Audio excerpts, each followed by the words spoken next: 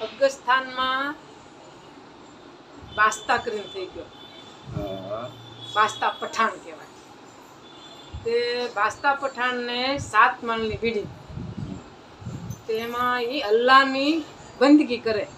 7મા માળે 7મા માળે અલ્લાહની બંદગી કરે. તેના અફઘાનિસ્તાનમાં ઊંટડી હોય ને, આપણે ઊંટનું દૂધ ના વાપરવાનું, ના આપણે આ ઘઉં ભેંસું નહીં, ઊંટડીનું ના ટોળું, ઊંટડીનું ધન આપણે છે ને ધન કહી ને, એ ઊંટડીનું જ એનું ખેતર વાવવાનું કે બધું કરવાનું એ ઊંટડીથી જ કામ કરે.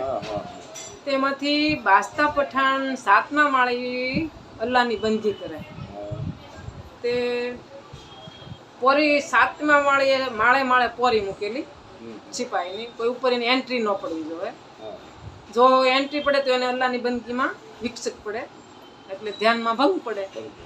એટલે બધે માળે સિપાહી મૂકેલા કે હું બંદગી કરું અલ્લાહની, ત્યાં સુધી મારે પાસે કોઈ આવું ન જોવે એમ, ને મને વિક્ષેપ કે ધ્યાનમાં કોઈ ખલેલ ન પાડે. તે ધ્યાનમાં બેઠેલા એવા એ બંદગી માળે સિપાહીને માળે પોરી મૂકેલો પોરો, એમાં ધ્યાનમાં બેઠેલા ને એમાં કુદરતને કરવું. તે હાથમાં લાકડી ને ગોવાળીએ માથે પાઘડી ને ટેકો દઈને ઉભો રહ્યો, અહીંયા અલ્લાહની બંદગી કરે બાદશાહ પઠાણ. તે કીધું કે સાહેબ, અહીં મારી ઊંટડી ખોવાઈ ગઈ છે, તો અહીં આવી શકે? તો બાદશાહ પઠાણ બંદગી કરતો હતો અલ્લાહની, એમાંથી જાગૃત થયો. એ કે અરે મૂર્ખ, એ કે અહીંયા 7મા માળે અહીં ઊંટડી હોય કે? એ કે ઊંટ સાડવા ગયેલો તે મારી એક ઊંટડી ખોવાઈ ગઈ એમાંથી, તો અહીં ઊંટડી હોય તો મને દેખાડો નહીં. તો બાદશાહ પઠાણ એમ કે અરે ભાઈ, 7મા માળે ઊંટડી અહીં હોય, મહેલમાં ઊંટડી થોડી હોય કે? તો કે મહેલમાં ઊંટડી ન તો મહેલમાં ખુદો હોય ખરો તારો? એમ કરીને હપકા મારીને ભગવાન આઈટગાપ થઈ ગયા, અળફળ.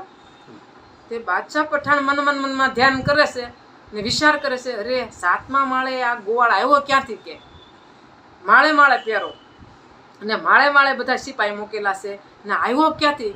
પછી બહુ ઊંડાનો વિચાર કર્યો, બહુ ધ્યાન કર્યું મારી પાસે. પછી એમ થયું કે અરે આ કોઈ મને જાગૃત કરવા આવેલો છે ને ખુદ ભગવાન જ મને પોતે જાગૃત કરવા આવ્યો છે કે અહીંયા ભગવાન ન હોય 7મા માળે.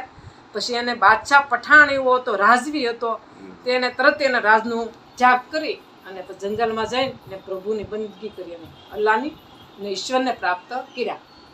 સદગુરુ દેવ કી જય, કૃષ્ણ કનૈયા લાલ કી જય. ટૂંકું દસ્તાન આપ્યું.